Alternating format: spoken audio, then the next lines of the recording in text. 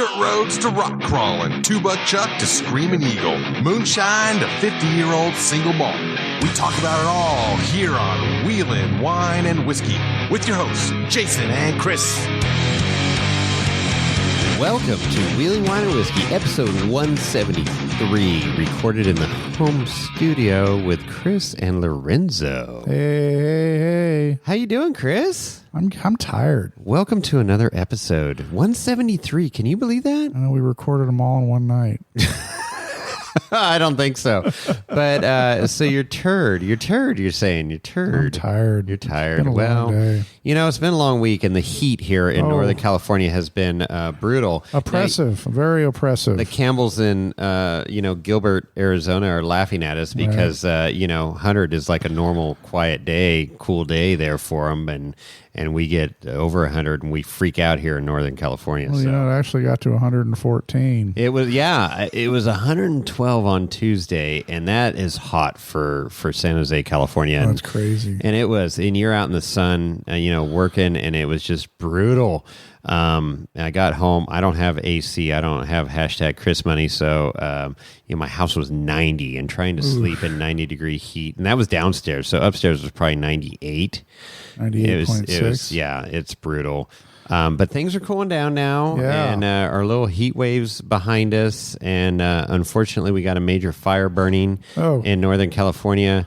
Mosquito fire. Yeah, the mosquito fire that is moving fiercely fast because of this intense heat. Evacuated Georgetown volcano. And it's not good. All the friends that I know up in that area at Forest Hill and everything have been evacuated safely in Georgetown, but it just sucks not knowing if you're coming home to your home. That's right. And I feel for everybody, so heart goes out to all of you that are suffering from this freaking fire in Northern California right now. Sucks. It's an annual event now. I mean, it seems like it really is. We talked about it. It's getting silly. worse and worse every year. Well, property loss of life. Of course, loss of recreating areas, and need to rake the forest. We need to clean up the forest. Literally, I mean, the forests are just crazy here. Anyways, that's a whole nother thing. But let's move on to Crandon. 2022, the Big House Ultra 4 race. Yes, sir. Incredible track, crazy fast. Oh yeah, Rubbings racing there, and unfortunately ended up in a crazy serious injuries for Zandy Williams that proved fatal. And unfortunately, you did the moment of silence last podcast. That's correct. And, very poignant and justified, and our heart goes out to the Rufus Racing Team family, Ultra 4 family. I mean, Zandy was the epitome of Ultra 4, as with 99% of the racers out there that are just have a huge heart, passionate about the sport, and help out drivers. I mean, he started out by funding teams so they could race, and we all know, this is not an inexpensive hobby, just four-wheeling in general. And if you want to go race, okay, big dogs. hashtag Chris money. Oh god. So it's like, anyways, the stories that have been pouring out on Facebook, on his page, it's amazing, and I wish I knew him personally. I did not. We know the Wicks family racing team. They were close. Eric, Chris, and Justin, and they were very close. And then Justin, Ozzy, and Pip from Australia. That they're all headed to the funeral this weekend. And this is being recorded on Friday. This will be released on Tuesday, and the funeral's going on there in Texas this weekend. So deepest condolences to the Williams family and Rufus Racing Team. And then we can't be remiss in it sounds like Rusty is out of the hospital now. Correct. Blyler, Caden, the nephew. Yeah, Rainier, Ian He's still in the hospital. And Kevin Taylor. So crazy crash. I mean, we all know that racing is dangerous, Exactly. but these cars are built ridiculously strong, but it's just life is so precious, and it's a stark reminder that it's a stark reminder that you never know. Well, you never know, and some of the stories coming out, and I think Chip McLaughlin, his teammate there, Rufus Racing, put out the picture with Zandy. He always wore this shirt, but did you die? Right? Underneath his race suit. And that day he was not wearing it because he was part of the Vision signing deal with Bailey Cole and stuff. He's wearing his Vision shirt, and he wasn't wearing "But Did You Die" shirt. So it's Jesus. like, how freaking crazy is all this shit, right? What's that? So superstitious? Yeah, I don't know, but it's insane. But anyways, it's one of those very tough decisions, and Zandy's wife, I guess, spoke to the drivers at a meeting, and obviously a solemn situation, but hey, Sandy wants you to race. Don't stop the race for this unfortunate incident. Right. And so they raced. They did. They raced, and they continued on Sunday after the big parade and all the hoo-ha on Friday and the unfortunate accident Saturday night. So they decided to race, and so let's go over those results real quick, Chris. Yeah. So the big dogs 4,400. Lauren Healy did it once again, his 5th year in a row, I believe. I mean, are you freaking kidding me? And I don't know if you saw the post from Lauren, the in-car camera when he crossed the finish line. Oh, yeah. He was super stoked, like he won, KOH. I mean, it was just. Well, he's probably gonna win that too. Yeah. Oh, who knows? But yeah, very cool. And then. Yeah, I guess notable. Waylon blew his motor, and Shannon blew out his rear end suspension or something. Yeah, so. he broke a shock or something. Yeah, freaking crazy. Those guys are running hard, racing to win, man. And Paul Wolf, who has been on the podium forever since he started, was second, and Vaughn getting third. So. I mean, man, I can't wait to see Paul at KOH, see what he does, either. Right? Insane. So this battle between Shear, Lauren, I mean, all these guys, I mean, it's just like, and I know the Wicks family racing team, I got a little inside tip that they're going all in. Not that they haven't gone all in the past, but they are pushing hard to get on that podium this year, and so it's going to be fun following them. It won't be for lack of talent. No, for sure. not at all. So I am super, super freaking excited for KOH 2023 coming up. Okay, it's around 150 days, or I don't know. It's coming up days. quick. It's going to be quick. I'm focused on Trail Hero right now, and then it'll be all KOH. And I'm not even racing. I'm just trying to figure out a food menu for KOH. Right. So then 4,600 was Brad Lavelle. In the Bronco, 4,500. Hey, we know this guy, Justin Hall. You seen him before? Justin Hall. Yeah, I mean, number 13. Freaking congrats! That's freaking awesome. And then 4,800 was Jeremy Jones. So right on. Anyways, Crandon. Someday I need to get out there, but what a crazy year out there. Lorenzo's spooling up the jet right now. Yeah, he lost that jet in Mexico a while back. So hey, Lorenzo, man, it's 8 hours bottle to throttle, dude. Throttle it back. 8 hours is 24 hours bottle to throttle if you're flying a plane. 8. I don't know, where are you in Mexico? 24. 24. Is it 8? Are you looking at the FAA rules right now? I know pilots. Or is those donkey rules 8? I think it's 24. Tyson will have to jump in. I think it's 24. I'm going to go with 24 for 500, Alex. I'm pretty sure it's 8. Anyways, okay. Well, there you go.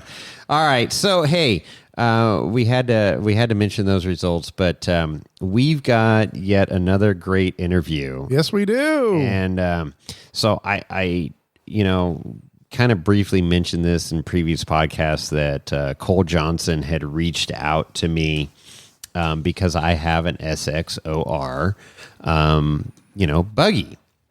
And he goes, hey, it looks like you need a new hood. And yes, definitely from the day I bought it, it was cracked and stitched up with tie wraps and stuff. Zip ties. Yeah, yep. and a bunch of stickers holding it together. Hey, those are great stickers. Oh, there's some great. How are you going to recreate that? Come on, there's man. a story to be told on that hood, and it is going to make some awesome garage art. So, for sure. He hooked me up with a new hood, and I'm like, dude, I'd love to have you and your brother on the podcast someday, And so it worked out. We finally worlds collided, and we were able to get them on the horn from Utah for this interview. And knowing what you can find out right on the internet and IG, it was like these guys are young, early 20s, and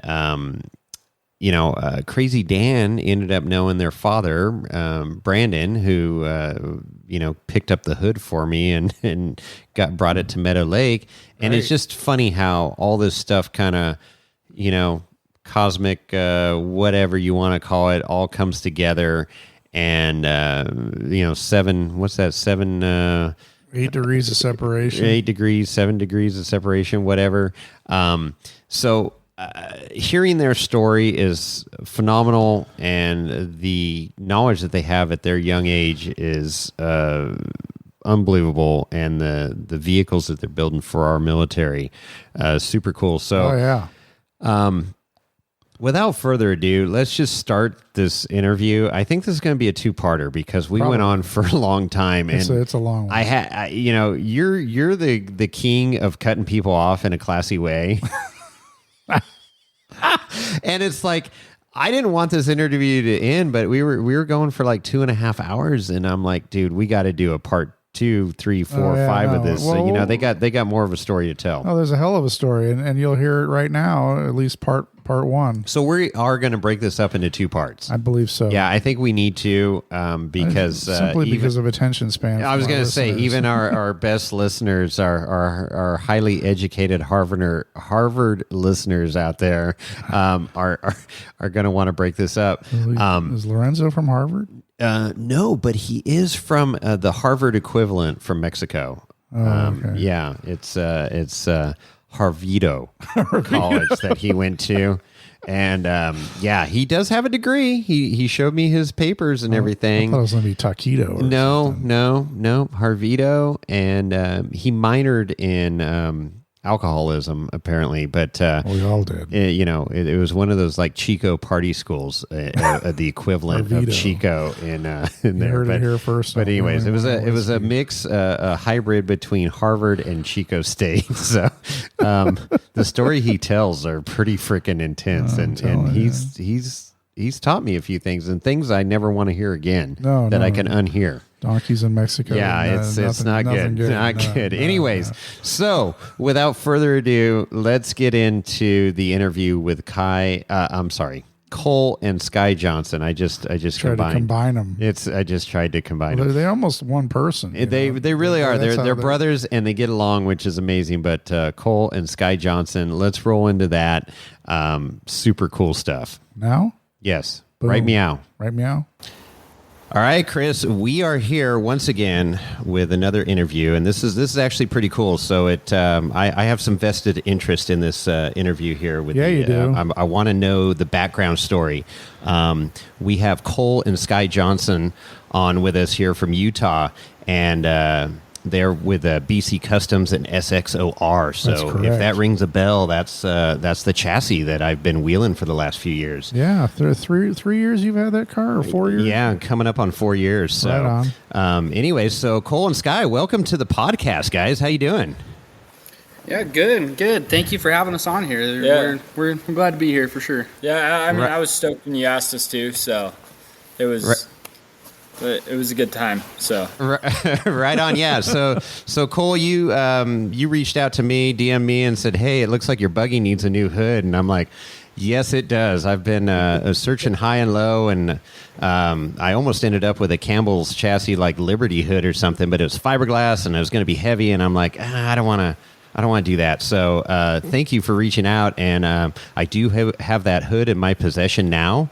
I haven't cut it yet. My buddy from Utah there, Dan, Crazy Dan, we call him, from Utah, came down and I guess picked up that hood from you guys and then brought it back to me when we were on our trip up at Meadow Lake, California here recently, Chris. So that is on my agenda this weekend to get that hood cut out, fitted, and then it goes down and gets a little wrap on it next week. So we're ready for Trail Hero. Hashtag Jason money. Yeah, right. Yeah. It's going to look good. Yeah, it's going to. So I saw your car out at King of the Hammers, and it was like way off in the distance, and I was like, is that one of our cars? I swear it had our hood on it. Then I was like, no, I don't think so. And then next thing I know, a reel pops up on Instagram, and I'm like, do a double take.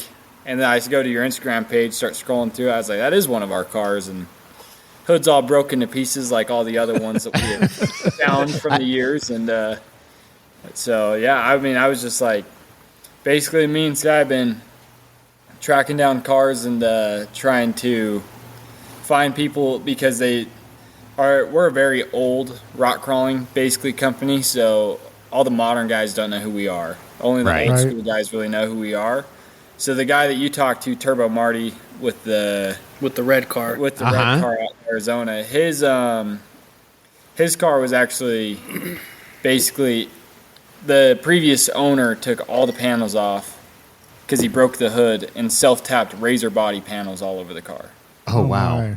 And so Sky reached out to him when this guy got it because he saw the car, and we tracked it down. And same thing. Found him on Instagram and then was like, hey, man, I will send you a hood. Let's cool. Get that car back to the way it should have looked. So. It does. Yeah.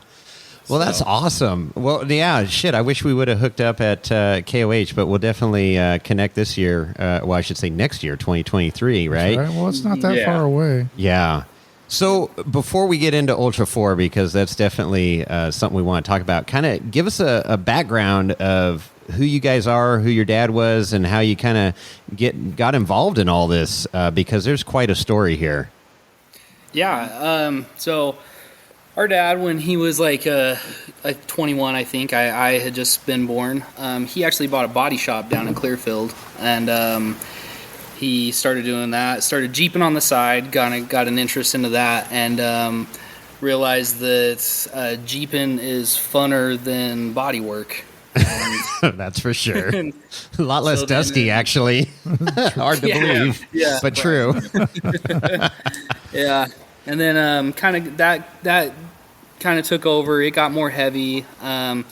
It turned from fun Jeep stuff to competitive, and he was actually, so he kind of was through the growth of those early rock crawling years. Honestly, all the way from Jeeps, when Jeeps started when you kind of started getting into the more of the tube frame custom chassis stuff. Okay, he was right along with all those guys there. Yeah. So basically, what happened was in the late '90s when Jeeps were starting to become less Jeep and more tube chassis, but still on a Jeep frame. But they were we have a truck that, I think it was a TJ that actually won the Top Truck Challenge back in the 90s. Oh, no kidding. And, out here in Hollister? Or? Yeah, that was at Hollister right near our house. Yeah. And that's where, basically, that was on, that was kind of one of the first true 4-link 60s at a Buick 455 in it. And then, but that's kind of what really got the ball rolling for Sky Xtreme Offroad and transitioning from the body shop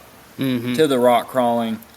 And then, I mean, through the ages, it's pretty well been, you had your top couple shops in XRA, but it was always kind of the Campbells and us. And then really the Jimmy's cars weren't overly rock crawlers, more trail cars back in the day until that. So it was us and Campbell. We were the second or third shop to ever do a mid-engine. Yeah. Basically, true rock crawler for moon buggy styled rock crawler. So back in 2002, pretty much. So. Yep. And But that's where that came from, and how we got in Ultra 4 and through the growth of all the racing, because we started from the Jeeps with Campbell's and the Walker Evans and rock crawling all the way up into full tube chassis cars, and just kept transitioning with the sport. So, yep. So you guys, did you talk to Shannon much? Was your dad and Shannon like kind of swapping notes or anything, or how did that? Was there any relationship there? Are they mortal enemies? Well, yeah. They've always had a pretty good relationship. So we actually started to kind of hold our own. Well, my dad did. We were still pretty young, but yeah. You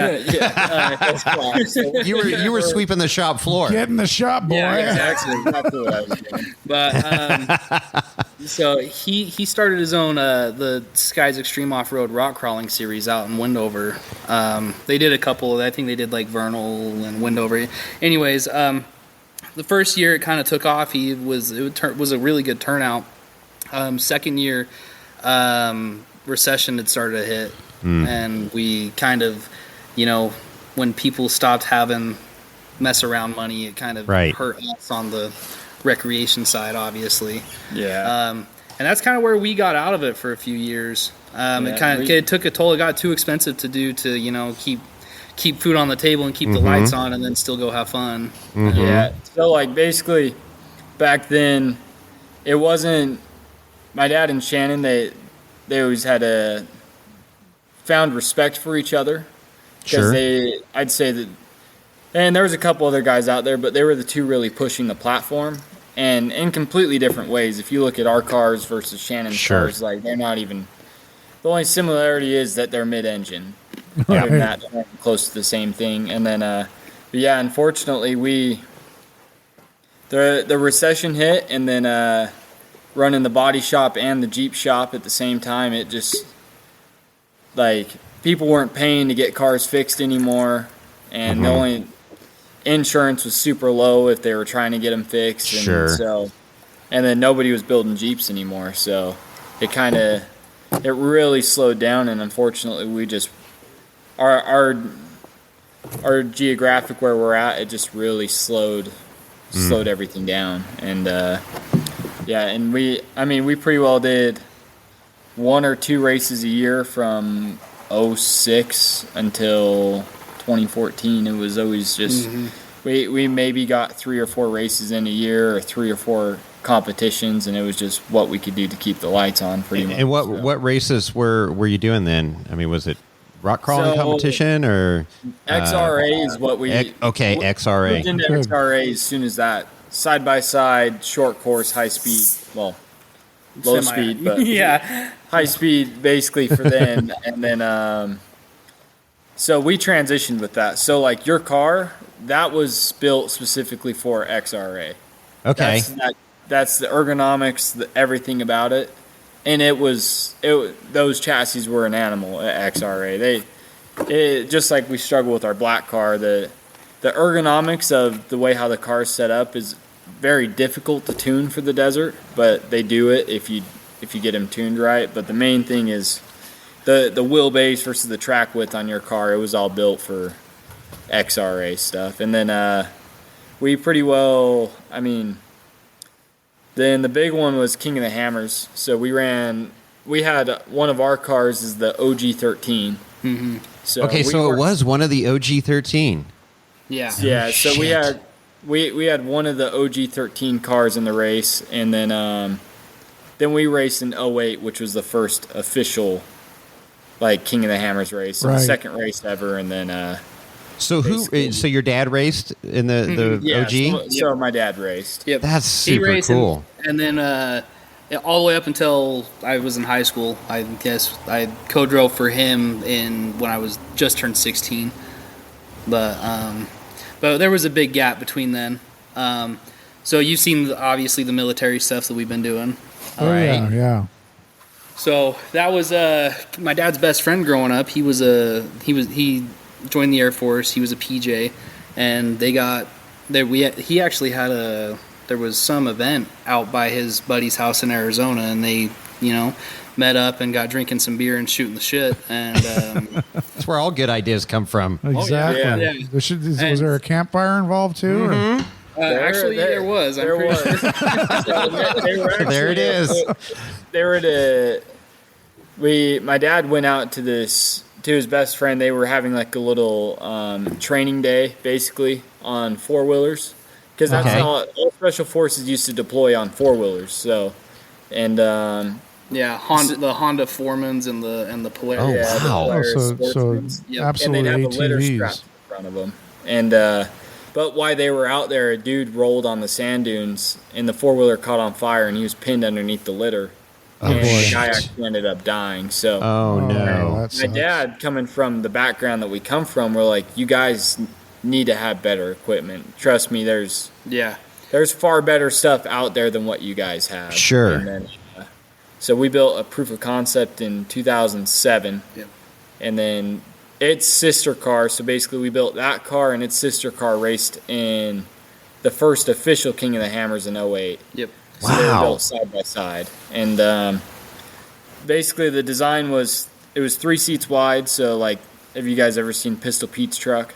Mm-hmm. So 3 seats wide. So this car was 3 seats wide, and then on the military one, it was 2 seats, and you pulled the hood off, and the litter slid where the third seat was. Okay. So you're the patient there. Yep. And then we had a race car that matched it completely, except for it just had a third seat in it. So. And so is that kind of the premise for the mid-engine situation? I mean, kind of to have the litter, the ability to put the litter there? Yes and no. I mean, you probably it kind of the mid-engine thing for us came way before then, anyway. So that just became our forte. And gotcha. We found that we're pretty good at moving shit around. So having the engine in the back, we're like, where can we put litters to hold, patients and all the meta gear and all that and whatever. Right. But it's basically, that car was basically your car, really similar in design, just spread apart to fit another seat in the OD from basically door bar to door bar was 72 inches wide. Okay. Versus your car should be 50 or 52 inches wide. So like it's narrow. So if your car was as wide as they're talking about, it wouldn't fit through the barricade gate. No, it wouldn't. And it's like 109, 110 inch wheelbase that I've got. Yeah. Yep. Super short. That matches pretty well all the cars. Which is perfect for our rock crawling that we do up in the Sierras and stuff. I mean, that thing just flat out works. Point and shoot. Yeah, because I'm not that good of a driver, and it goes everywhere I want it to go and more. So we've heard that a couple times, surprisingly. Like, not about you. Yeah, not about me. Okay, good. Someone basically when I was in junior high and stuff, I still lived through this stuff, and like, so what I always did in junior high, like on the school computers instead of doing my work, was trying to find all my dad's old race cars. Okay. So I'd always constantly be on the rabbit hole of Googling and searching and tracking down, being on Pirate 4x4 and trying to find all these old cars. And I came across a thread, and this guy was asking how well our 2-seat race cars do. And the main response from like 4 different people said, you don't have to think, the car just works in the rocks. It just drives. And that's something that like I've never understood until I started driving. And then I go from a solid axle to an IFS, and I learned real quick how much different, how easy I had it before. So, but basically that's kind of, that's the evolution, I guess you'd say, of the car and the way how it was built. So that's cool. So I was, I have a 74 CJ5 Jeep that's all built up. I've had it since 1990, 89, 90 in that time frame. It was a basket, Before I knew you. Yeah. It was a basket case when I got it, pretty much stock, had like a Rancho 2.5-inch lift on it, and stuff. And it was like shit metallic brown, root beer brown, I think is what they called it. You remember that? So anyways, I come from, my dad's a machinist, fabricator, and you could do a cocktail napkin sketch and he could build it and make it better.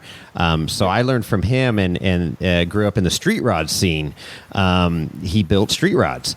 And so I went to school in a 1934 Ford two-door with suicide doors, and that was my mom's daily driver. He built cars to drive and not sit in a shop and get wiped down with a diaper every day. He built them to run. No Ferris Bueller here, right? Yeah. And so anyways, it was cool. And then I got into the four-wheeling scene. I don't know why, for whatever reason, kind of like when I was 14, 15, I got, looking at Four-Wheeler magazine, and that was all those chrome trucks and stuff in the mid 80s, with like 6 shocks on every corner and stuff. Yeah. And Bigfoot was huge, and then so I'm like, okay, I bought a 89 F-150 that I still have pickup, and I took it out four-wheeling and I was scratching the shit out of it, right? Like on the trails. And I'm like, I can't beat up this new truck that I just bought. I need a Jeep that I can beat up. So I bought this Jeep, built it up several times over the years, still have it. It's great. It's got 1 tons under it now and stickies and freaking 383 stroker and all this stuff. So then here comes King of the Hammers, and I start going out to King of the Hammers, and I'm like, oh man. And growing up here in Northern California, Rubicon I had done several times. Fordyce Creek Trail, I don't know if you guys have heard of that, but it's like one of our gnarliest trails in Northern California. It rivals pretty much. I mean, there's stuff tougher at Johnson Valley, but it's very close to some of that hardcore stuff at Johnson Valley. Slick granite. Anyways, it's my favorite trail, and that trail was starting to get really difficult, and I was starting to beat the hell out of my Jeep, and I go, I need a buggy. I need some sort of buggy. And going to KOH, you're just there for the week, and you're just like all wrapped up in these cars that you see, and going, oh yeah. So I go, okay, I'm gonna look for a buggy, and anyways, so I spent like almost a year looking around just for a deal, and I found a lot of great cars, obviously in the 70, 80, 90,000 range, 4-steer buggies. Sky's and the I'm limit, like, baby. I'm like, I don't have Chris money, so I said I got to start, seeing, and then they were in Colorado. Yeah, they were all over, in Texas, and I'm like, okay. And whatever, it worked out. I had a lot of my friends looking for me because everybody likes to spend my money. So I get this text one night from my buddy. He goes, "Hey, check out this car on Facebook," and it was for $70,000. It was a badass car, but I'm like, and it was in Arizona, and I'm like, no, that won't work. Well, just below that car, it was on like Rock Crawler Classified or something in Facebook, was the SXOR buggy, this mid-engine, super cool, unique buggy. And my whole goal was to buy something that had a great professionally built chassis where all the geometry was worked out. I didn't want a garage build that Joe Blow on Pirate 4x4 went and, and there are some great cars out there. I'm not discounting that, but there's a lot of shit too that you guys have probably seen as well. So I can weld. I want to start with a good base, and I can fix anything from that point. And so, anyways, long story short, I messaged this guy and I said, hey, I'm highly interested. Can I see it this weekend? And he goes, no, I'm out of town. How about next weekend? I'm like, no, I'm out of town. And I'm like, oh shit, this thing's going to go south on me. And it literally a gentleman handshake over the phone. I tried to send him money as a deposit because I was super serious because it was a unique car, mid-engine, and it checked a lot of boxes for me. And it all worked out. A month later, after that first conversation, I went up and looked at it. It was in Jackson, California, so about 2.5 hours from where I live in San Jose, and went and looked at it.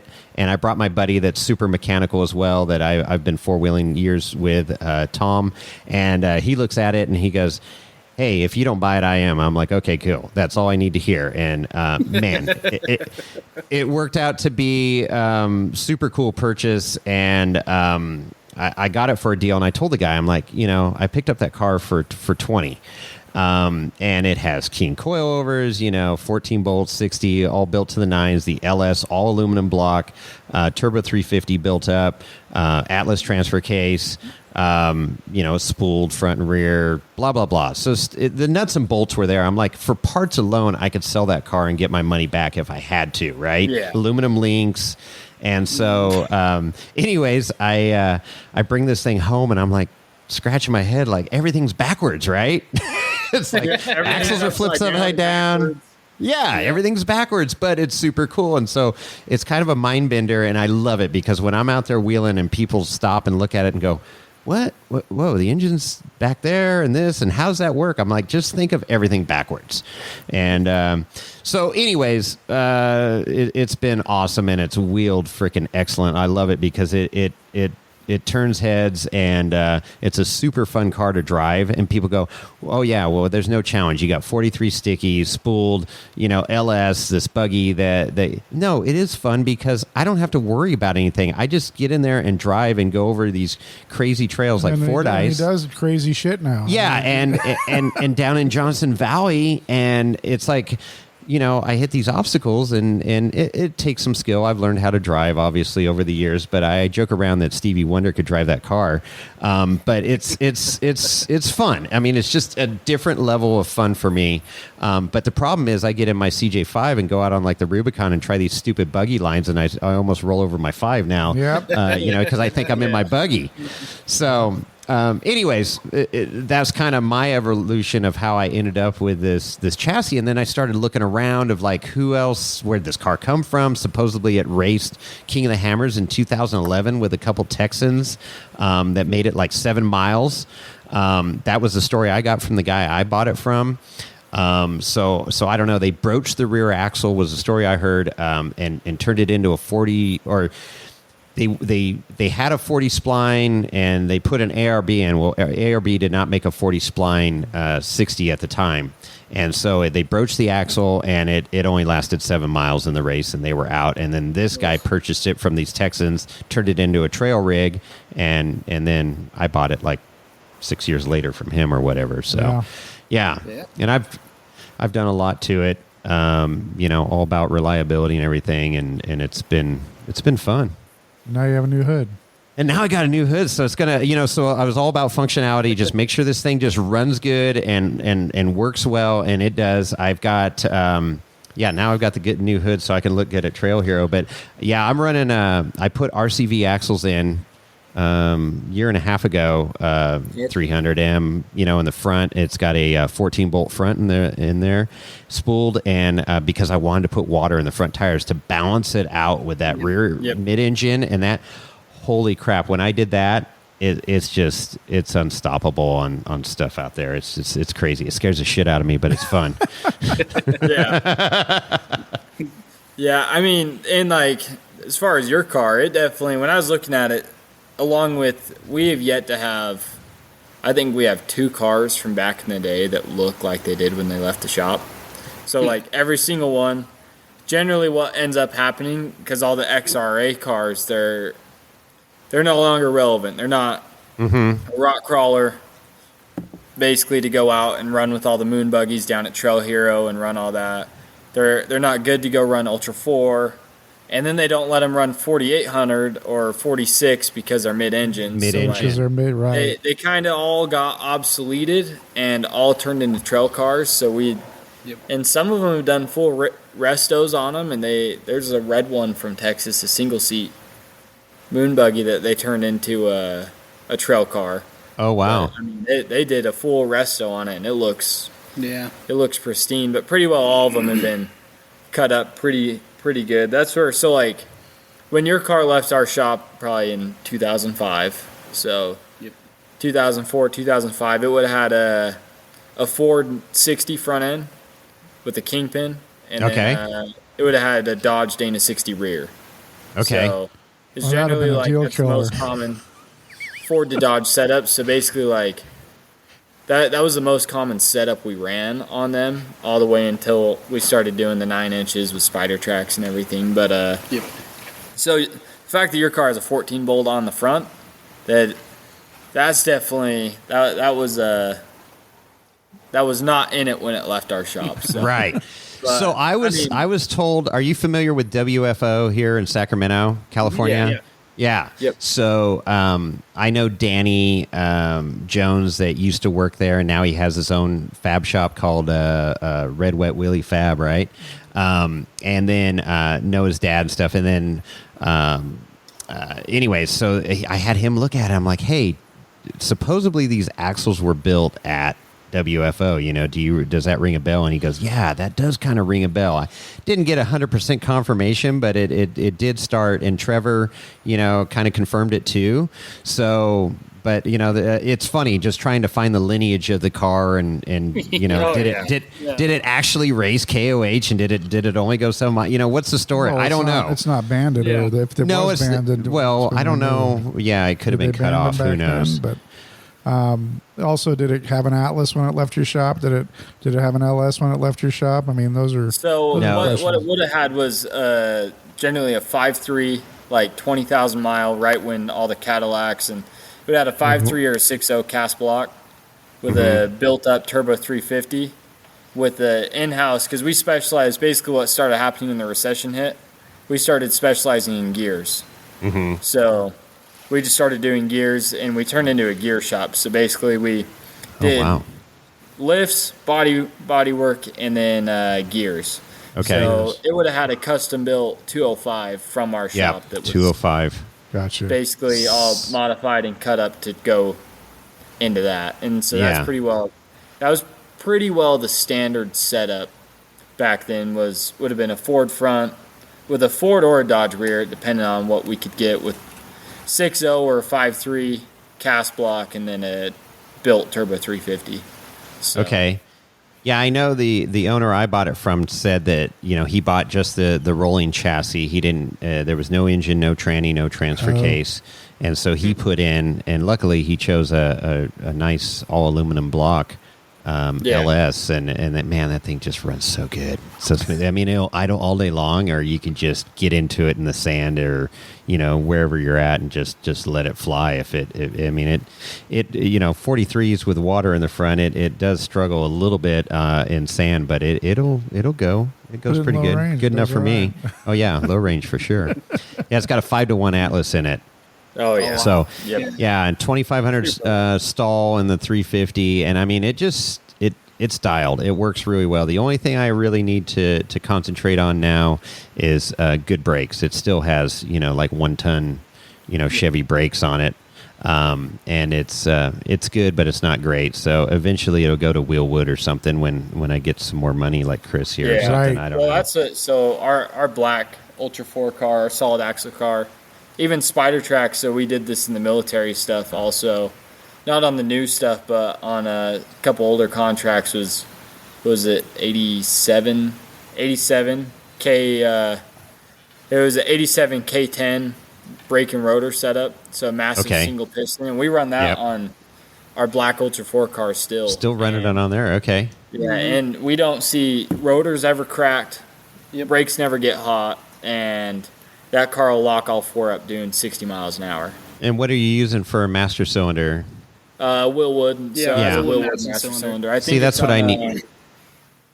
Or that one has a CNC in it still.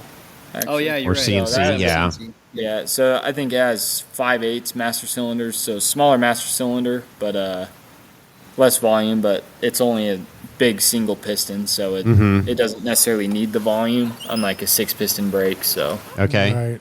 All right. Well, we'll have to talk later offline about that, because that's my next project over the winter, is to dial in the brakes better. But it's tough. You know, brakes are a little over. They sell upgraded pads, which is a big thing that we've seen. Right. So. Pads are huge. Yeah. The factory pads, they last a while, but they definitely not as grippy. They glaze over a little. Yeah, easier. they glaze over. Versus we went to not their most aggressive pad. That I don't even remember the company. I know. But this car has. It's on the original rotors, the original calipers with.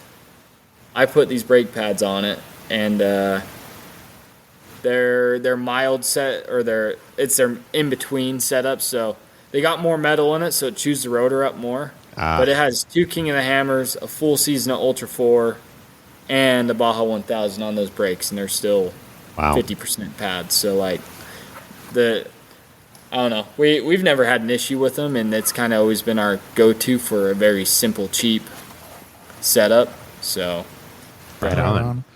So what is your race program right now? Are you, I mean, other than doing King of the Hammers, are you guys doing a full program, or did you do East Coast at all, or how much traveling have you done this year? So we haven't really done any travel this year. The Ultra 4 buyout thing, that kind of derailed some of our, I guess, race plans for this year. The schedule. Well, it definitely jumbled things. Yeah. So we had the whole West Coast series allocated for, because the way how the production works on the military side, Sky's our lead engineer, and then I'm actually our foreman, so I run the entire production line. Okay. So my dad oversees the whole shop. Sky's our lead engineer, and I'm the one running 20 making sure stuff's getting done. And what's going on. So basically, we only have X times that we allocate for, and we plan as soon as that schedule gets released from whatever racing organization, that gets sent basically straight to the government, so they understand our shop closes, because we have to close down shop pretty much. So the shop closes for 2 weeks for King of the Hammers. It'll close for whatever races. So like basically this year, we had this time allocated. Then they only kept one race from the original Ultra 4 schedule that went and most of it went to the Midwest anyways. So then it just obsoleted our entire season, because none of the dates lined up to what we actually had allocated. And basically we ran so we've done King of the Hammers this year, and then a local just bore race to shake the car down from Mexico. Yep. So, and I did more than shake the car down, unfortunately. Yeah, you did. Yeah. Holy crap. Well, let's talk about that since you brought it up, and then we'll go back to how you started in Ultra 4. But yeah, you hit a big old pothole, or a little bit bigger than a pothole. It was actually the picture is more deceiving than what it is. So there was two trails basically. So I started fourth. I moved all the way up to second, and then I fell back to third. And then I was running third, then pretty well I moved into third about a mile before the second lap, which are 52-mile laps. Okay. And they put unlimited trophy truck, class 1, all of us together. So we were just racing one big unlimited class. Yeah, so they mixed us all together. So there's a helicopter flying above me the entire time, chasing that's freaking awesome. Trophy truck and they were on our comms, they were on our frequency. So the entire time I heard, "You're 2 minutes off the Ultra 4 car. You're a minute off the Ultra 4 car. Shit. You're running same pace." So I had this in my head the entire time. And then we come into the pit, and somehow I went through 30 gallons in 50 miles. The car just mowed through the entire tank. Well, it was out there in that weird salt. It wasn't the salt flats, but the soil is still so weird, and it holds moisture all year long, right? And so you're literally floored out there, and it's the ground is just grabbing you. So you're almost like mud bogging. Oh yeah, exactly. Yeah. We would usually gear out about 100, 112, 114 ish, and 95 is all she had, and it's literally because the soil was just grabbing. Both of our transmissions hit 260. Just mad. It was like you're pulling a fifth wheel trailer, man. That's exactly what it felt like. It felt like I was driving either half the brakes on the car were locked up, or I was pulling a trailer. So basically, then these big unlimited trucks, they got 80-gallon fuel tanks. So they went through. I moved back to fifth because it took us so long in the pit, because we were not ready for a full that much fuel fill up on the first lap. And so we turn around, and I get back out there, and I'm behind this class 1 now, and I start gaining on them. And basically, I've been trying to pass them, but out where we were racing, it was a super fast-paced course. It's a really fast-paced course, but only UTVs go out there. So a 60-inch wide car fits perfect on the trail. The 88-inch wide Ultra 4 car, there's not many places to pass. So basically, I was trying to pass this dude before we got to the lake bed, because I had an employee in the car, not my brother or my other co-driver, because he kind of won Employee of the Month, and I was like, it's not a big race, it's just a local one. Let's just And so to give him this whole experience, I didn't want to put anybody in the situation where we're doing 95 miles an hour and I'm trying to put a pass on a Class 1 through the dust. Right. So I went to go put a pass on, and basically I saw this lower line because we were in the dust so heavy. So I went to go drop into it. Turned out it was an 8-foot hole, not a lower race line. And so the way how I hit, if we hit it the hole head on, the car would have been fine. Oh. But I dropped into it diagonally, so I only hit the passenger tire. So 40 miles an hour straight to the passenger tire. It just snapped the lower, bent the upper, ripped the CV out, and I mean, that was it. I drove out of the hole. I didn't even know the car was – I knew it was broken. hurt. I threw it in 4 low because the dust was everywhere, and where it looked, I was still on the race course, but I was 10 feet away from the race course. So I didn't want to get sideswiped by a trophy truck that I knew was – once again, I could hear on the comms, you're 30 seconds off the Ultra 4 car. You're hearing the pace the entire time. So I threw the car into low, then threw it into first gear and just pinned it. Drove out of the hole, then I got out, and the lower's not attached. And me doing that, it ripped the CV out and bent the shock. And made, turns out the tire was on the side of the car. Yeah, the tire wasn't attached to the side. So it just got drug along. So. Whoops. And where are you at this time, Sky? So I was actually just behind him. So this was a super kind of fast-paced race, and I'm in the I was in the solid axle car. So being a fast-paced race and most of it being flat, not too gnarly whoops, it was a pretty good race for just being a strictly desert race for that car. And you know, I started first actually because we drew for positions. And I held that spot until mile 38-ish out of 50. Yeah, wow. with a bunch of in a solid axe car. Like I was, heck yeah. I was anticipating to catch him by race mile 11, like just because the speed difference that we had through King of the Hammers was I had a 30 mile an hour, basically average speed distance over the solid axle car because the desert was so rough, and so. Wow. I was kind of expecting that, but then the race course was so fast, and the black car is actually lighter with the same motor, so it's faster on the straight lines, and so it's going to do better on fuel mileage too. He held us off longer than I thought, and the Class 1s and the trophy trucks, and then I think you were only 5 minutes after, or 10 minutes after 50 miles. Yeah, something like that. So I got past in the gnarliest part of the desert in the whoops by all of the trucks and Cole, I think, all within half a mile, and I was like cursing them as they all went by. But we came back around, and then kind of right when I pulled into the pit, they just heard on the comms like 2 or 3 minutes before that he had ran into a ditch on race mile 8 or something. So I was actually in the pit like 10 seconds before it happened. But oh, wow. So now do you guys... Oh, go ahead. I was going to say, he came over the hill not knowing the severity because he just got told second person from the pit, hey, your brother wrecked.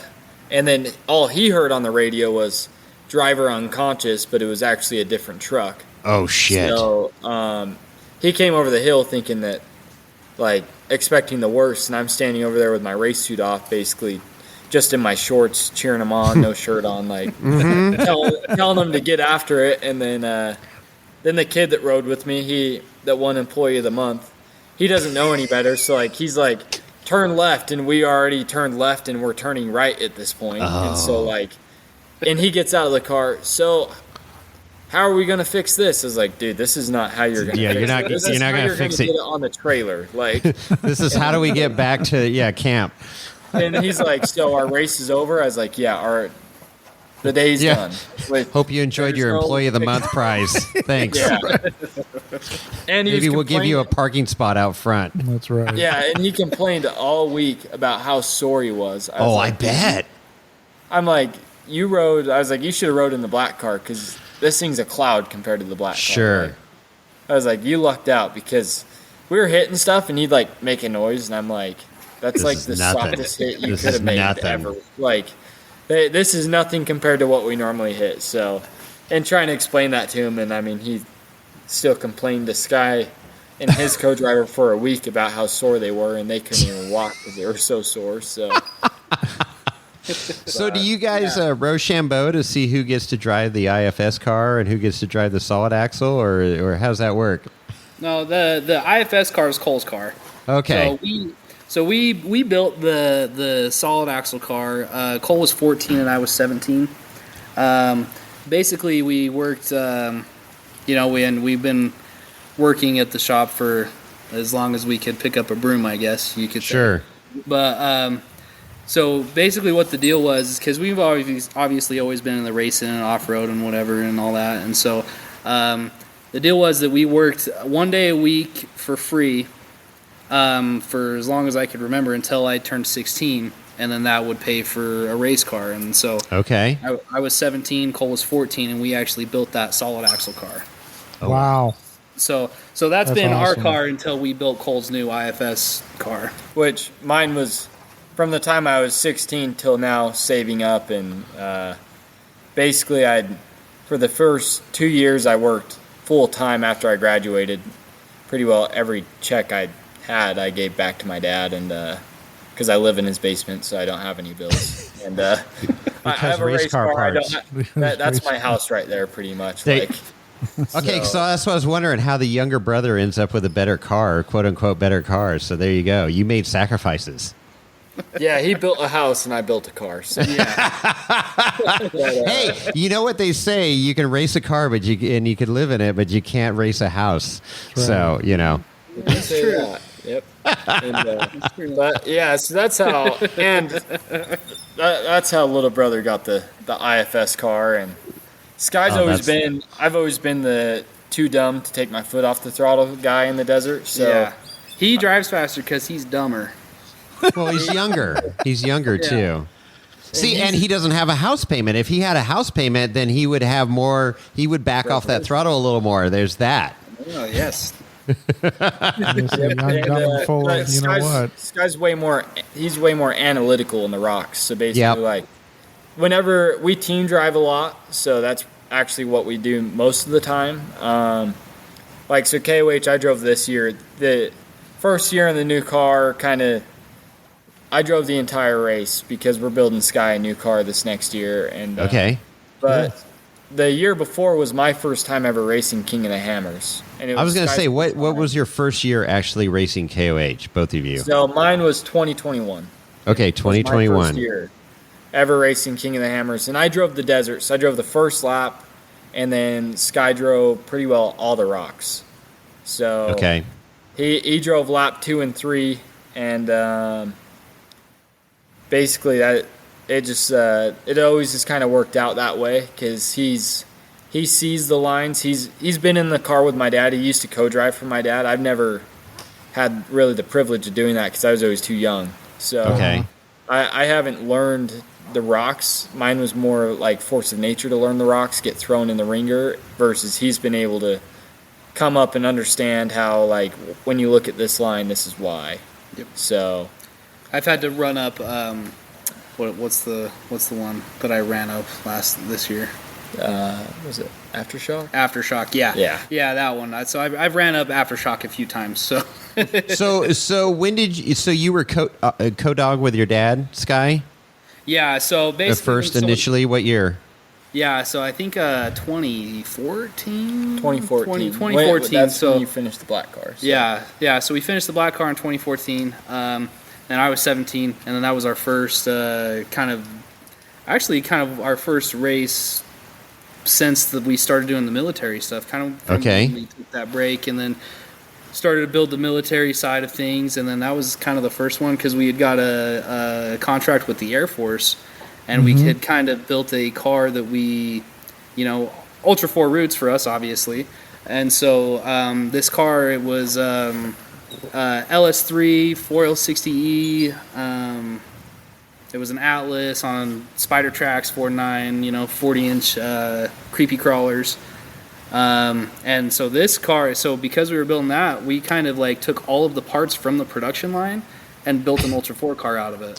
Wow. And so basically it's a military car with an Ultra 4 body. Yep. And because that's what the military car was, an Ultra 4 car with a military body on it. Okay. So we just swapped the parts out, and then we took the 4060 out because our cars are very small. Like there's not a whole lot of room. This black car is very small. The only thing fitting in it, we'd have to cut the subframe out and add 7 inches to fit a 400 in it. So if we were to put a turbo 400 in it, and that'd actually be the same case for your car. Like, if you were to go anything other than the 350, or if you went to like a Ford and kept the C6, those about the only two things to really ever fit in these cars. And then, but basically, that car is a military car with XRA and Ultra 4. We understood that we were going to have to go faster, so it's like our second trailing arm car that we've ever built. And then the front is still shock on axle, but the geometry is a little bit different. And this is probably like this car. You don't, like you were saying earlier with yours, you don't have to know what you're doing when you're rock crawling it. Right. So, and that's kind of so like me in this black car. When we stopped racing we stopped from 2010 to 2014. It's like all stop, no races. And then from 2016 to 2021. Those were the years that we never raced. And or 2020. Well, we actually raced Baja in 2019 with the military we car. did take the military. Okay. And but basically, so my senior year of high school, I did just enough to graduate, pretty much. And he didn't go to school. So we moved from basically an hour south. We moved an hour north. Okay, and my dad got some 9 acres up here, like in the middle of nowhere. And in turn, Cole did not go to school. Instead, I drove the race car. Went home and drove the race car around the proproperty all day. So I made different. That sounds like a good deal. Right? Yeah, I started, like, one thing that really has helped me out. So I have an insane amount of seat time in that black car because it's pretty well 2 to 3 times a week for 3 hours a day I was in it. Wow. For pretty well from December, driving in the snow was when I told myself I'm just going to finally start. I was like, I need to start somewhere. I have the least seat time on my brother.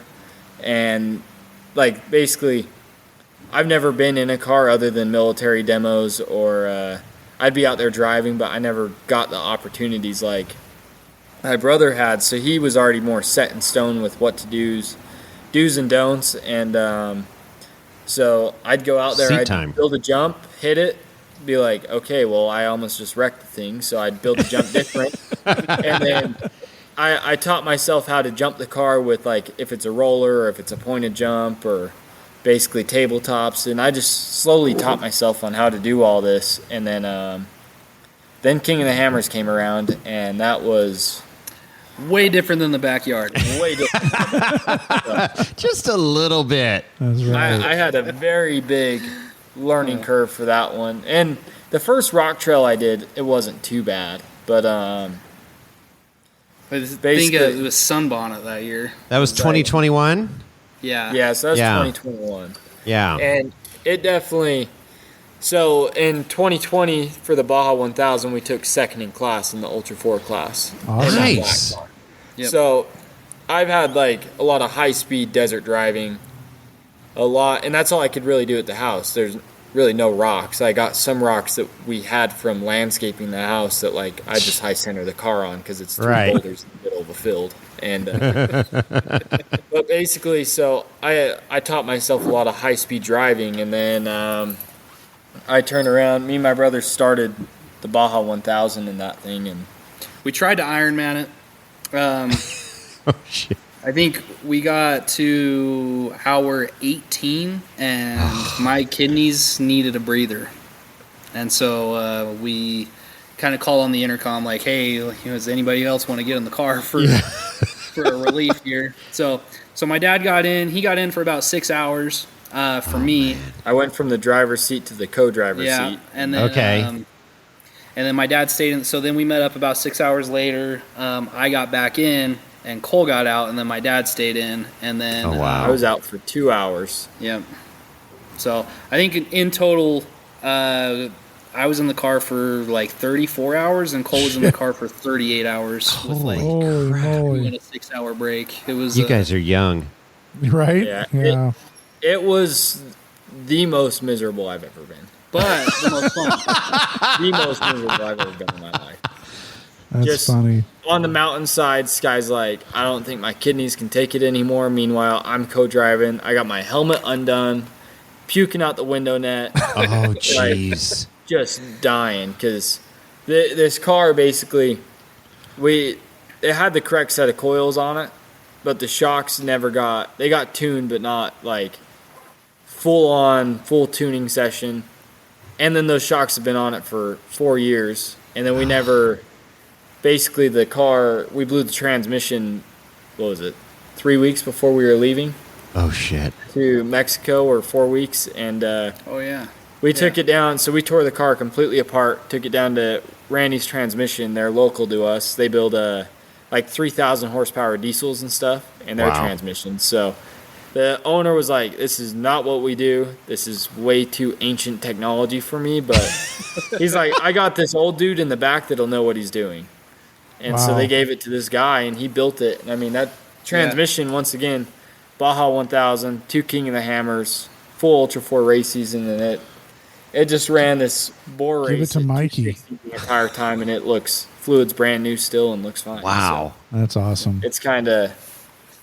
It's definitely been through the ringer, but we never had time to mess with the shocks because car came apart, and then we had to fix everything else. Sure. And top would change the transmission, got it back in, and then 3 days before we were leaving, the car only had first gear because the valve body was stamped wrong, so you got to restamp it if you do a manual valve body. It was the gasket between the valve body. So the way they did the manual valve body is, I don't know how they did it because it's like science and shit. Yeah, well, they capped off the governor. Science and shit.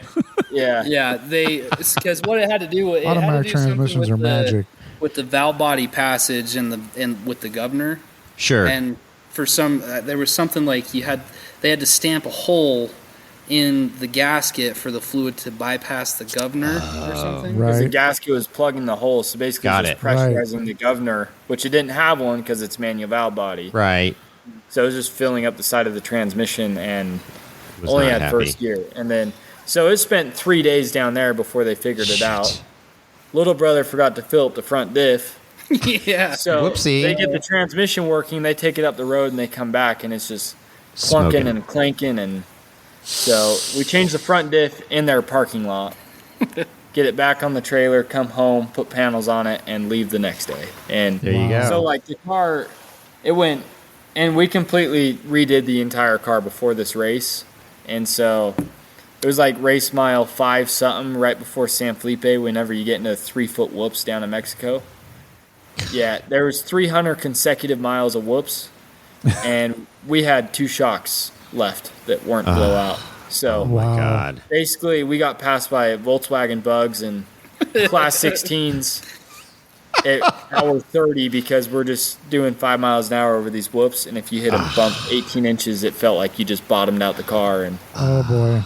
And I mean, we made it. We finished, took second in our class, and That's awesome.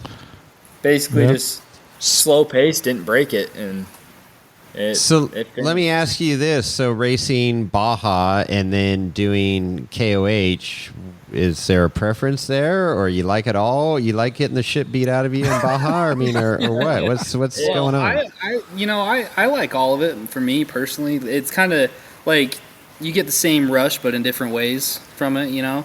I will say, though, so we've ran Baja for 3 years in a row now.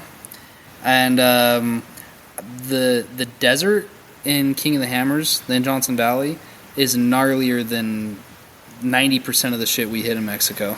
No kidding. Mexico has bigger whoops. That's it. Yeah, it's Like, bigger yeah. whoops, but the Johnson Valley desert is it's so inconsistent, it's so unpredictable. Right.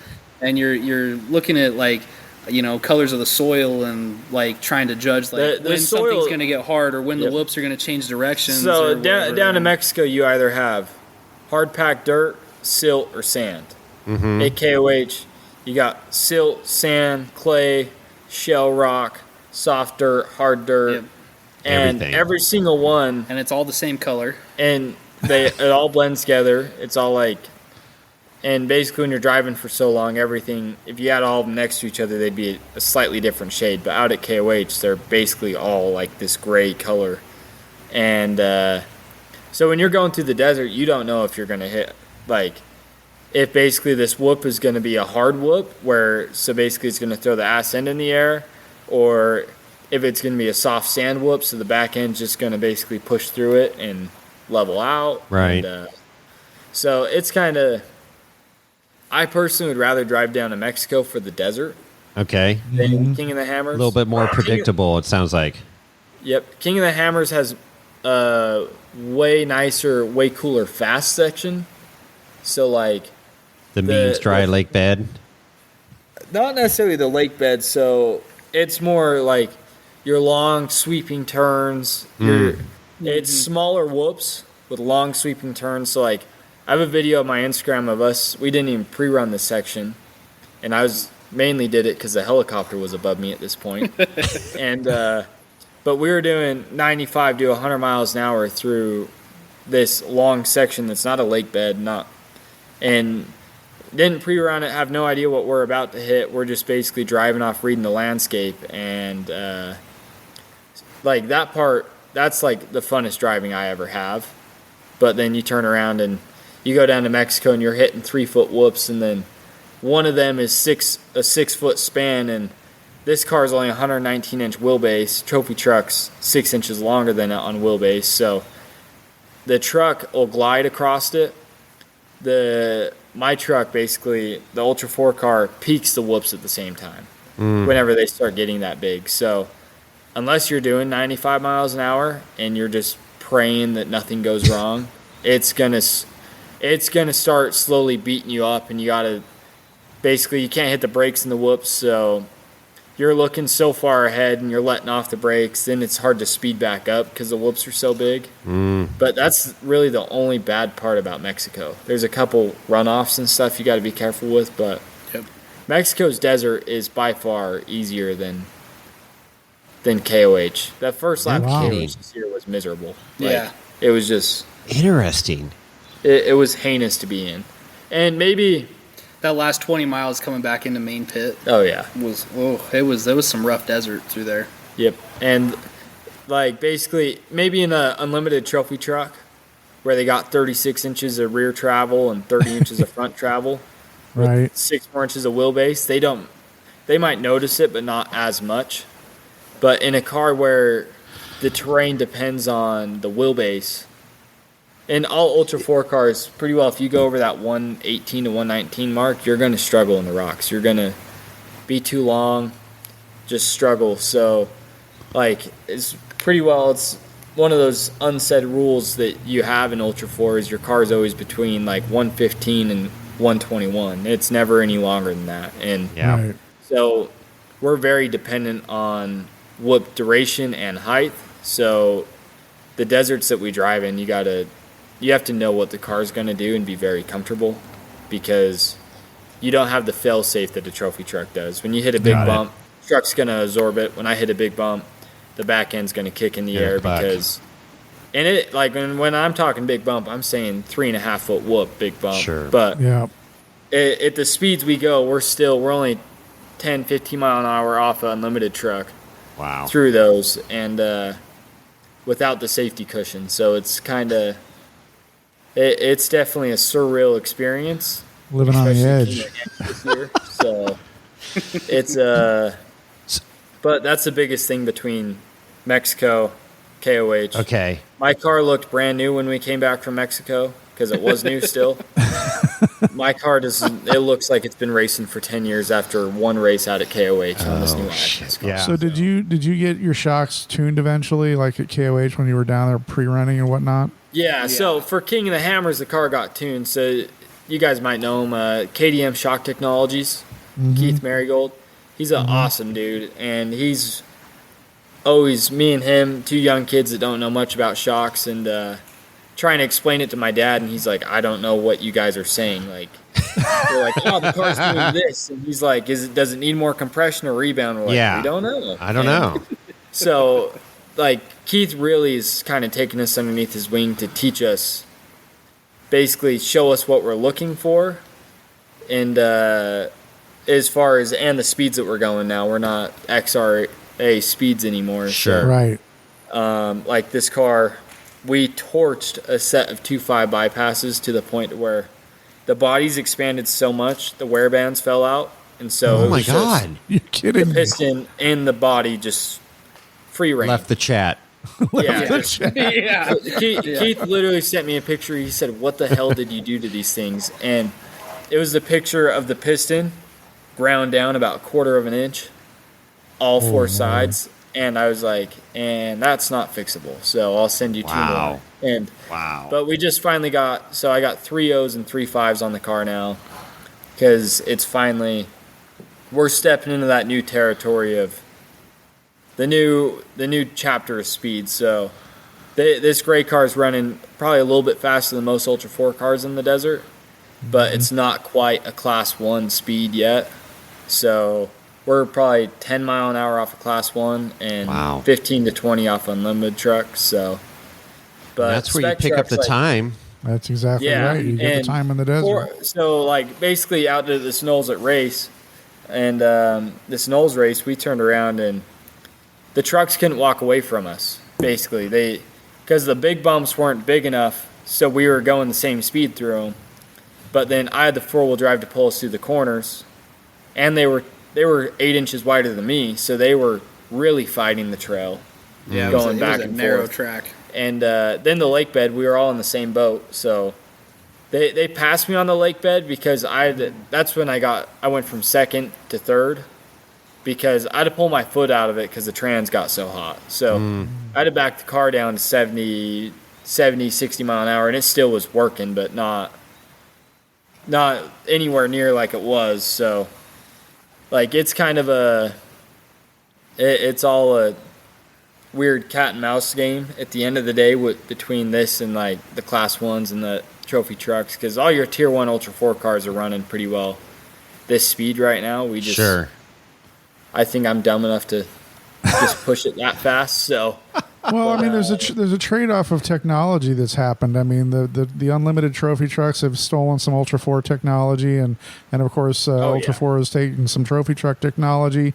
So, I mean, you know, it wasn't unheard of. It was unheard of not too long ago for a trophy truck to have 4-wheel drive, because they just didn't have the ability to have that long travel in the front suspension, and now they do. So, and that I think that's a derivative of Ultra 4 racing. So, yeah, that leads into a good question, too. It's like, so you guys being early on with your father into rock crawling and stuff, and then getting into the racing scene and doing both desert, high-speed, Baja stuff, and then ultimately King of the Hammers.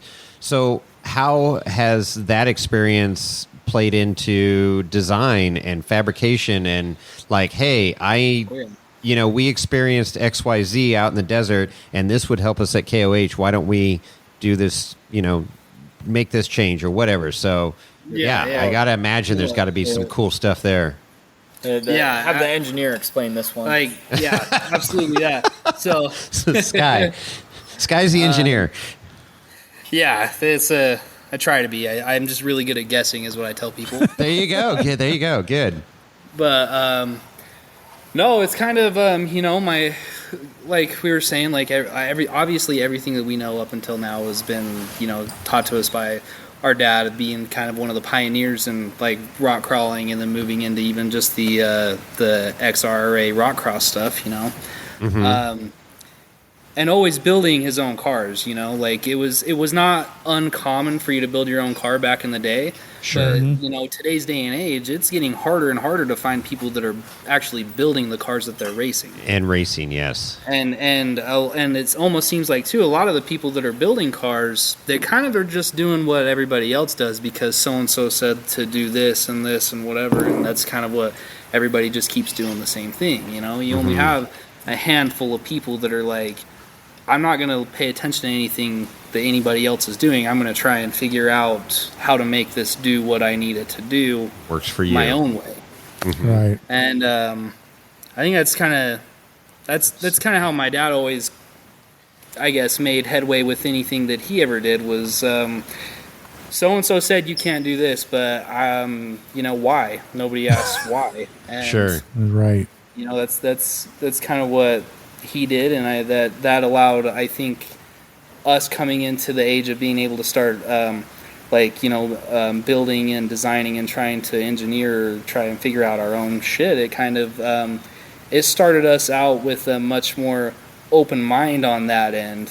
Yep. And I guess much more willing to try and well, if this doesn't work, that sucks, but let's see what happens. Sure. You know? And yes. So that's kind of what happened. This so obviously the black car, we built it when we were young and whatever. We did most of the grunt work, right? But we've never built a race car up until then.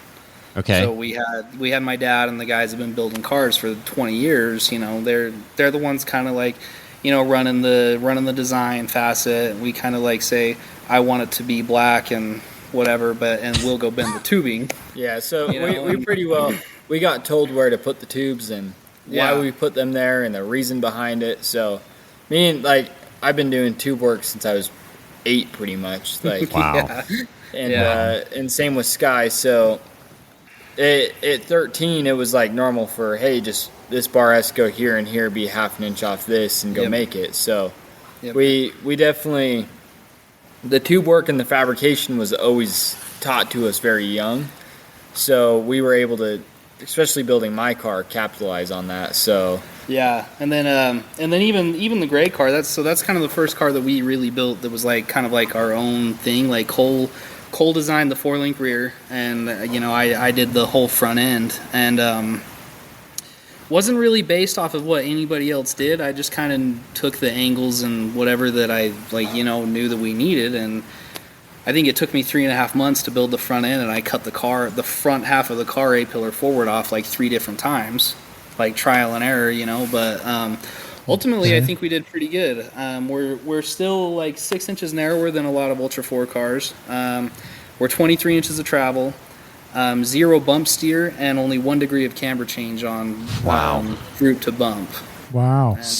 So are you computer-aided design or cardboard-aided design? I start with the cardboard, and then we build it, and then I put it in the computer for the. Okay. There you go to verify it. I like it. Yeah, so the computer's just to verify because that anybody will tell you go and try and draw something on the computer and build it. That shit doesn't work in real life. The front of the jig table. So the jig table we built my car on was just basically a square table that had 0 holes in it, 0 points, because we didn't know where it was going, how it was going, what we were doing. As far as thought process and design, we knew that we wanted to build an IFS car that wasn't necessarily the fastest in the desert, but it did the rocks better than any other IFS car. So my car in the rocks, I can tell you from what I've had, from getting told from other drivers, Levi, for instance, he said it's a whole different animal. Going to my car, it was a whole different animal, but it wasn't as big of a change as what I was anticipating because the car is built rock crawler first, desert truck second. We kind of took the idea of an IFS car is always going to inherently do good in the desert. Right.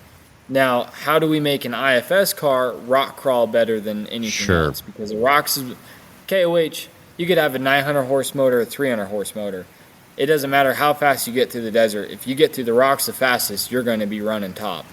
So basically, that was the thought process behind it. So, the car in the rear, it has no bump stops in the rear to help with articulation. So it has a polyurethane bump stop on the bottom of the chassis. So if basically I break a shock, the car will set on that. Or if I have a really hard bump, it's going to hit that to help cushion the shock bolts so the shock bolts don't bend. And we haven't had, I've hit some pretty hard shit and we haven't had anything bend or break. It's been tried out. Right. Yeah, I ripped the polyurethane bushing in half. So basically it's a 92 Ford front end polyurethane bushing that goes on a 7.3 pretty much. So it's a urethane bushing about that tall. And we really took a lot of ideas like that and flipped the script on the car. So we run a lighter coil in the front, which can be a catch-22 because the nose hits the ground more whenever you're going through the big bumps. But it's not necessarily a harder hit. but it allows the car to articulate way better. So in the rocks, Sky doing the front end, he nailed it. So actually, when one tire goes up, you ever seen an IFS car go through the rocks? Both tires just kind of fully extend on the front end, and they don't articulate. Right. My car, I can plant a tire on a rock, and that tire is all the way up, the other one's all the way down, and the car is still somewhat level. Okay. Wow. And I mean, we didn't know how well it was going to work until we got to KOH, and we were both. We knew that the route that we wanted to go with it. We knew what we were attempting to do with it. But its first race was a short course race for a shakedown. Second one was Mexico. Then the third one was King of the Hammers. So wow, the car as a design really it exceeded our expectations, especially on our first. I was 20 and he was 23 when we started the car. It was finished when I was 21 and he was 24. So cool. The car for two young kids that basically took all the measurements from their dad helping them on their old car, and then having him stand in the doorway and be like, I wouldn't do that because of this. And then you start looking at it and you understand we really changed the script. Like my shocks on the rear end. So if you've seen any other Ultra 4 car that has a trailing arm, the shocks are either on the center point between the two heims or below. Right. So the trailing arm swoops down. Mm-hmm. I'm on a polyurethane rear bushing, and my shocks mount to the top of the shocks. The rear bushing keeps it from pivoting on the heim on the chassis side. Wow. But the shocks are above. So basically I don't have something hooking all the rocks. I have a tube that basically just slides across the rocks because the shocks are mounted on top. Right. So there's a lot of things that we did like that, and really just tried to just nail it. We went with a super heavy boat side on the side of the car, so super deep, steep subframe, help with rocks, and versus most of the Ultra 4 cars that are IFS, they're a flat bottom. Right, flat bottom, yeah. They have a very shallow subframe. Right. So we shortened the roof height and shortened basically the belly's a little bit taller. So you were able to get the deflect off the side of the boat side, so you didn't get high centered as easy. I love my boat sides. Yeah, it is definitely driving a flat bottom car or like your CJ5. Then you turn around and go, you set that thing on the belly, and everybody looks at you, and it just slides to the side. Turtle. And then you're just good. So, but I mean, like the car, everybody looks at it and is kind of like, holy shit, this thing's very different. And we're like, yes, it's completely different. It's the polar opposite of what people would say would work or be allowed. Like I got told, you'll blow those bushings out right instantly. So this black car, and the reason why I knew it would work, because this black car was on its original set of bushings. I pulled them out after KOH because I bent a lower control arm so bad that it smashed the bushing because the control arm bent into the tab. And basically smashed the bushing out of it. So like, oops. But the other side, the bushings look brand new, and they're 7-8 years old. Wow. So we threw them in this car, and I pulled the control arms out, and they look perfectly fine. There are no issues with rear bushings. Like, there's just a lot of things that we did different. And I mean, Sky, for never doing something at this caliber on the front end, I couldn't say anything bad about it.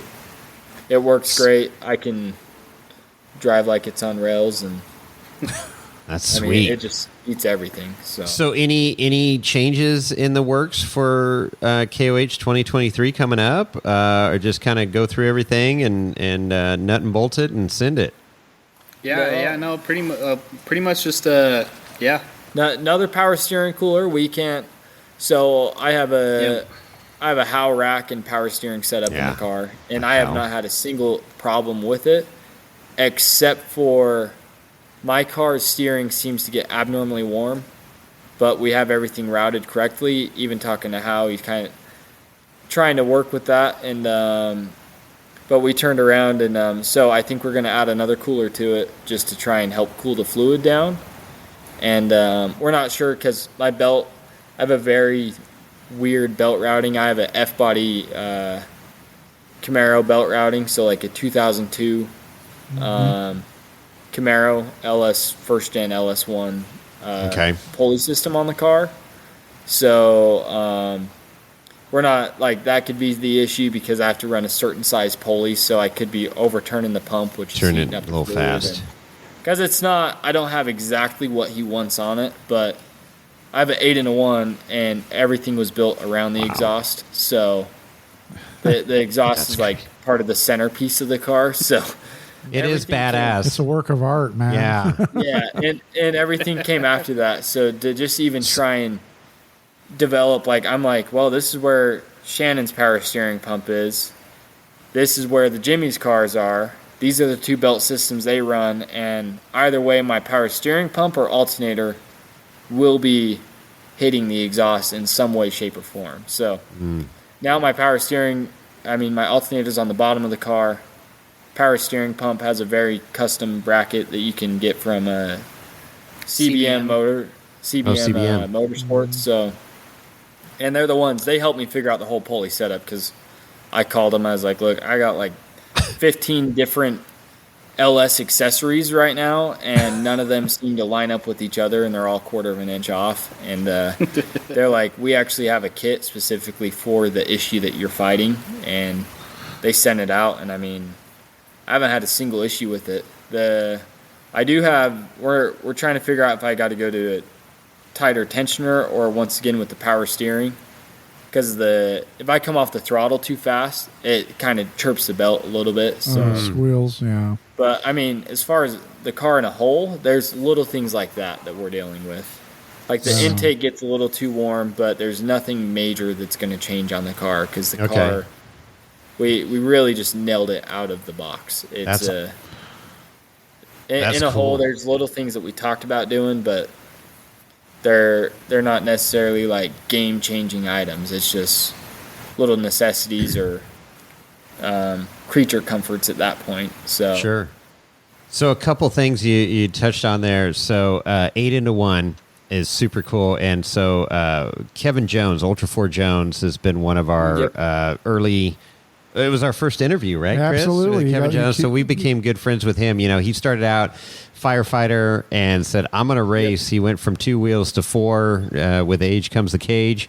And so he bought this 4800 car, kind of really clapped out and learned trial by fire like you guys are talking about and building up a car. So now he's building a new TAC 1 chassis. We've become friends with Carlos from TAC 1 and the Striker chassis and all this stuff. Super cool. And so he's hell-bent, Kevin's hell-bent on putting this 8-in-1, exhaust system in because it looks cool, it sounds cool, it is cool.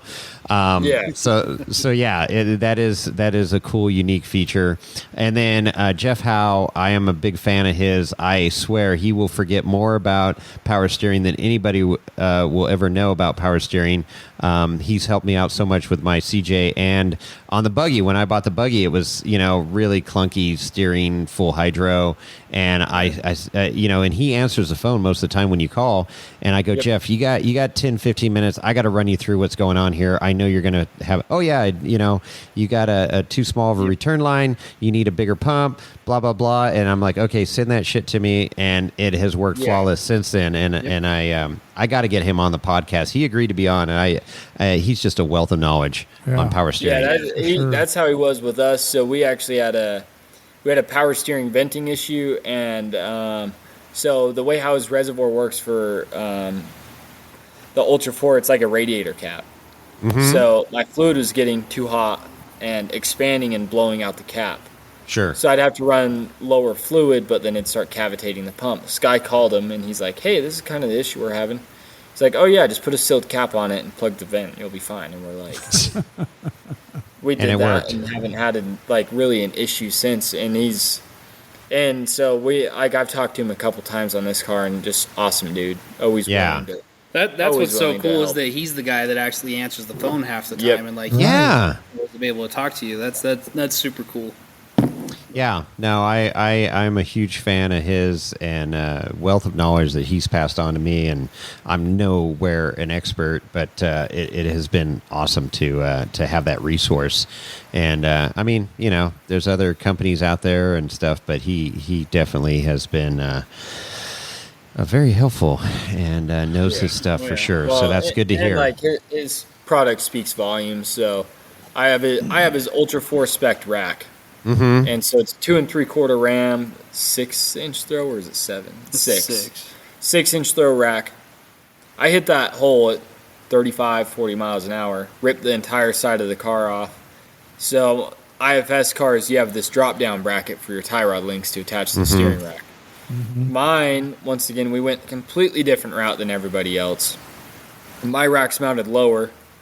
And so a plate system really wouldn't work. So everybody always does basically a plated drop down for their tie rods. Mine's a solid block of 4140 chromoly that got machined.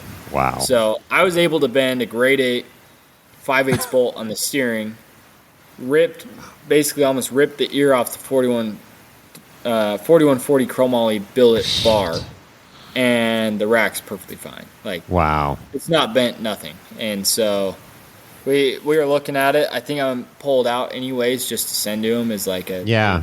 Can you just look it over? Make sure, but like give it your blessing. In the shop, and once I got all the broken parts off the side of the car and started turning it, there's not a hiccup in it. So wow. And like, that's impressive. If you did that in a solid axle car, it probably would have broke your thumbs where I hit, and it felt like I hit a cushion. The steering wheel didn't even move, and like car barely hit, and I was like, well, not barely hit, but yeah, I was gonna say it was soft. It was definitely a soft. I'm sure your passenger would say something different. Did the airbags deploy? Yeah, he did. But like I didn't feel anything through the steering, so that's someone that we've worked with on the car, and I mean, basically what I started doing research on all the companies, and he definitely seemed to be the pioneer on the Ultra 4 side. Mm-hmm. So I called him up. I was like, hey, I'm building an Ultra 4 car. This is what we're trying to do. This is kind of the first IFS Ultra 4 car we've ever built. We built a lot of IFS cars, but not to this caliber. Mm-hmm. And he's like, don't even worry. Boxed up everything I got needed, you covered, and sent it out, and it's all worked awesome. Yeah. So it definitely awesome company for sure that we got the privilege of working with on the new car, and then like on the black car we run a Trail Gear Ram, and basically we've never really had any Ram issues other than we bent them from smashing them into rocks, but that's about it. Right. That was me. That was him. So that was me, Sky. So who are your co-dogs? Is it vary, or do you have this I know it's kind of like, or you just do the employee of the month game and say, okay, you're my co-dog at KOH. How does that work out? So my dad has had his co-driver for the last 20 years pretty much. They've always raced together. They've always been, and they've not always co-drove for each other because they've raced against each other a couple times, but 9 times out of 10, James is getting in the car with my dad. Okay. And then Sky came in the picture, and Sky was getting in the car. And then, so once Sky started driving, me and Sky would rotate back and forth, do the team driving stuff. In all of our big events, it's been me and Sky. So I will say I think that was actually the best way to start there, because I think I taught him a lot of things, and he taught me a lot as well. And I think yeah, we definitely built off each other, because the first year at King of the Hammers, I actually was so overwhelmed, just the knowledge that I had to take in while driving. Like he had never seen even rock trails like that until his second lap of King of the Hammers. Like we're driving, we didn't pre-run. You didn't pre-run any of that. Wow. No, so it was all brand new to you. Yeah. Yep. All brand and you didn't rock crawl as a kid or anything. So, well, I actually got the car stuck like twice within 30 feet. So I was like, Sky, we're not going to make the deadline. You got to drive. So he got in, and we ran the rocks pretty well flawless after that. But we turned around, and so like it was just such a King of the Hammers is already an overwhelming experience. And then to And then the desert, you're like, okay, yeah, the desert wasn't that bad. The desert wasn't as bad. And then we turn around and got into the rocks, and I'm like, dude, this shit's gnarly. And he goes, this ain't the trail, dude. We're not even there yet.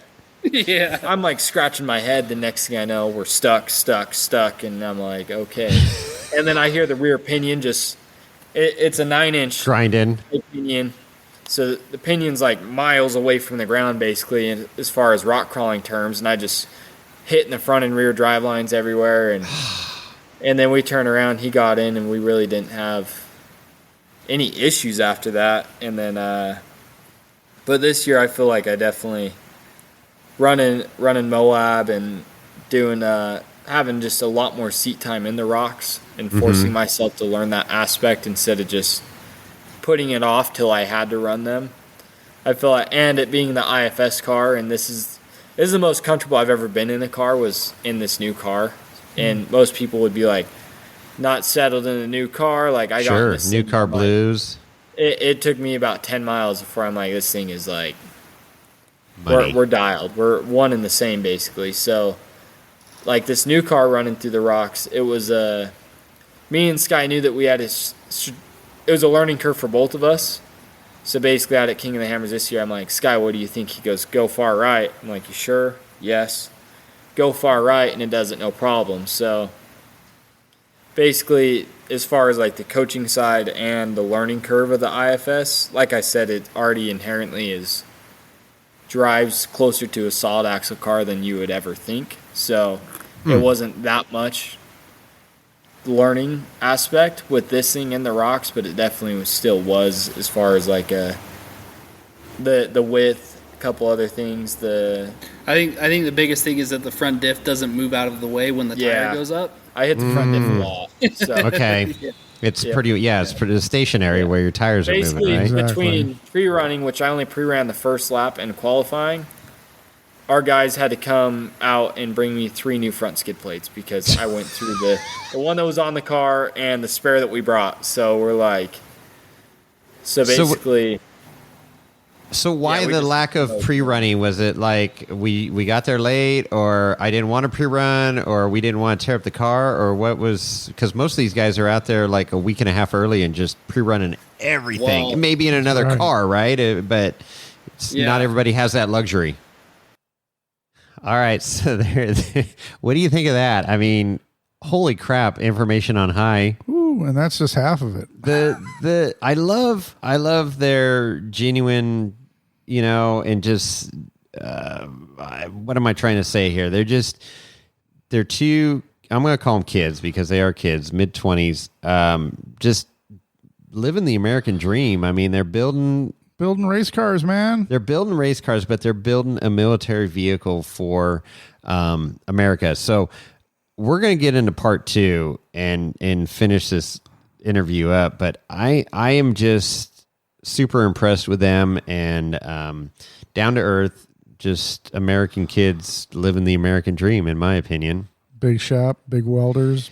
Big tools. Yeah, they just moved into the bigger shop. They went from like a 5,000 square foot shop to a 20,000 square foot shop. We got to get a tour. Oh, yeah. So, definitely got to stop by there. I don't know if I can do it from Trail Hero, but need to make a special trip out there. Is there any distilleries near there or anything that we can tie in? Put the bottle down and start looking. Is he actually gonna research something again? I don't know. Maybe. Yeah, we'll figure it out. It's getting late for him. Might be the second episode. Okay. Yeah, so a lot of great information. They're doing some awesome things, and this is kind of grassroots. I mean, you heard it there. They don't use a lot of computers to make this happen. No, cardboard aided design and just what's in their head. They start just fabbing up stuff and trying it. Not afraid to try. They're not afraid to try, and they're not afraid to fail, and that attributes to their success. It's like, and we don't care what everybody else is doing. This is what we're doing. Absolutely, and not with arrogance. Just like, no, we're gonna this is going to work. This works in our head. We're going to try it this We're going way. to prove it out in the field, out at Baja, out at KOH. Yep. And out in our backyard. Out in our backyard, exactly. And that's super cool. Hearing Cole, just running around his backyard with hours and hours of seat time, just trying to figure shit out. So, man, I'm glad we connected with them, and thanking Cole for reaching out to me and starting this whole conversation to, here we are interviewing them. So learning history in your car and all that. That's super cool. Yeah, that was super cool, huh? Right? Like they immediately recognized the chassis and dating it back to 2004 era, 2005. Yeah. Which doesn't sound like that long ago, but I guess it's a while back. It is, but it freaking works, man. It freaking works. It does, absolutely. I'm a witness to that. Yeah. So, sorry we had to cut that in half, and it's kind of a bad tease because the second half is, I think, better than the first half. You think so? There's a shitload more information coming. There's some cool military shit coming up. So, in the meantime, we're going to wrap this. We're going to put a bow on this. Hopefully the Russians aren't listening to this. Oh, shit. Do they? Oh wait, they do listen in Russia. Yeah, they do. Yeah, Slovakia. Well, maybe not anymore, but I don't know. Maybe we were number 3 in Slovakia or Ukraine. Look out! We got some badass military shit. We got some badass 50 caliber machine guns. Mm-hmm. So if you want to get a hold of Jason or I, you can email us at Jason or Chris at wheelingwinewhiskey.com. Never forget about the Instagram, which is at wheelingwinewhiskey, and that's a great way to communicate directly with Jason. He's in control of that. I also have an Instagram. It's www.chrism on the IG. Yes. I post occasionally on there. You're getting some more followers. I do have a few followers. A lot of Russian women. I don't know what that's all about. Russian bots. I keep knocking them off, and they keep popping back in. I don't know. Are they fembots? Yeah, they're fembots with flames coming out of their tatas. But anyway, and of course our website www.wheelingwinewhiskey.com, where you can see all of our past episodes, and you can also see our swag. You can go to the merch store and also hit up iRate 4x4, right? iRate 4x4.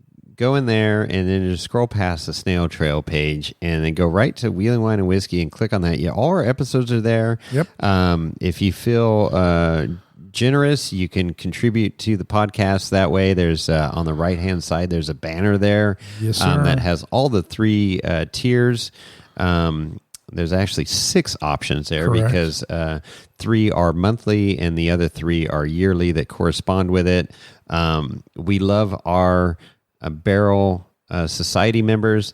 It has been humbling, to say the least, the support that we've gotten and enabled us to buy gear and support the podcast and put it out there. It is a hobby for us. It costs money, and that helps defray our cost, and we appreciate that. Absolutely. Feeling the love back. So, so check that out. And, of course, we have a phone number if you want to phone in. You've got any thoughts, questions, comments, even bad stuff. We don't care.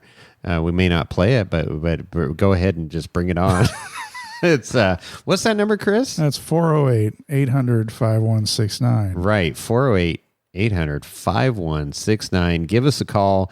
We'd love to hear from you. And, you don't have to be a celebrity to call in. Like some of these people that call in, we got some great stuff, and we will play it.